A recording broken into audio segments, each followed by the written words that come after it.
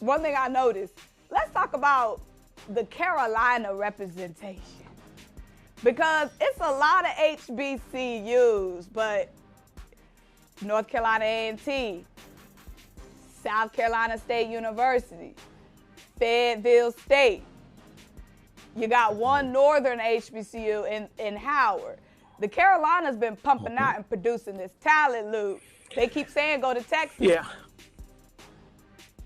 Well, you know, that's the reason why we mentioned history in terms of when the Chiefs won the Super Bowl 4, how many players they had, because there's certainly been a shift.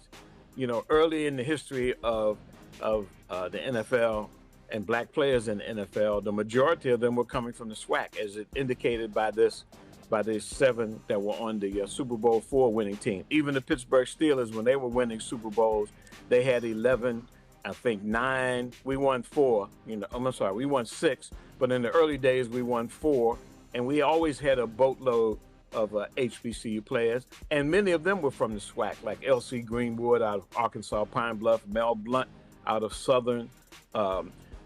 We had just a plethora of guys, and they were primarily from the SWAC. Over the last decade, the MEAC, you know, not even talking about what they've done in the Celebration Bowl, what they've done in the MEAC SWAC Challenge in terms of going up against SWAC schools, but even in terms of the number of players they're putting in the NFL, for the last decade, the MEAC has put more players than the SWAC or the SIAC or the CIAA for that matter.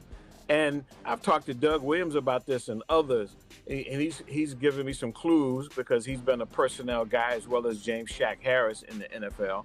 And they've talked about that the MEAC coaches were much more adept at sending the right kind of film to the NFL, to the NFL teams in the NFL, and the SWAC was kind of behind in that. And Doug is a SWAC guy. He played at Grambling, as did James SWAC Harris. So he really was admonishing that the SWAC folks, you just can't send tape to the NFL. You have to send a certain kind of tape, and you have to send it to the right people. So I did a story a couple of years ago about why the MEAC was having more players in the NFL. And certainly, as you said, North Carolina is full of MEAC and has been historically full of MEAC as well as CIAA schools. And a lot of these kids now, like we're talking about in the Super Bowl 4 back in the early 70s, you know, Morgan State wasn't in the MEAC. They were in the CIAA.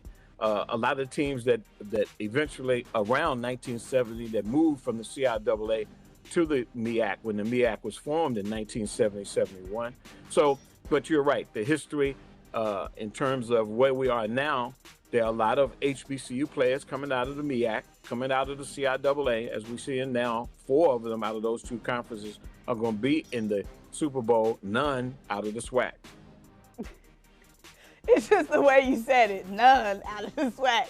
But, Lou, I rolled my eyes because I knew you was going to find some way to bring up your Steelers in this conversation. I was just waiting on it. I knew it was coming. Yeah, well, you know, the good thing is, Simone, to really understand it, is the Steelers as well as the Kansas City Chiefs were the first ones really to employ a lot of HBCU players. And it was because of their 2 scouts. There was, with the Steelers, his name was, he was Radio Raheem's father, and his name escapes me. Bill.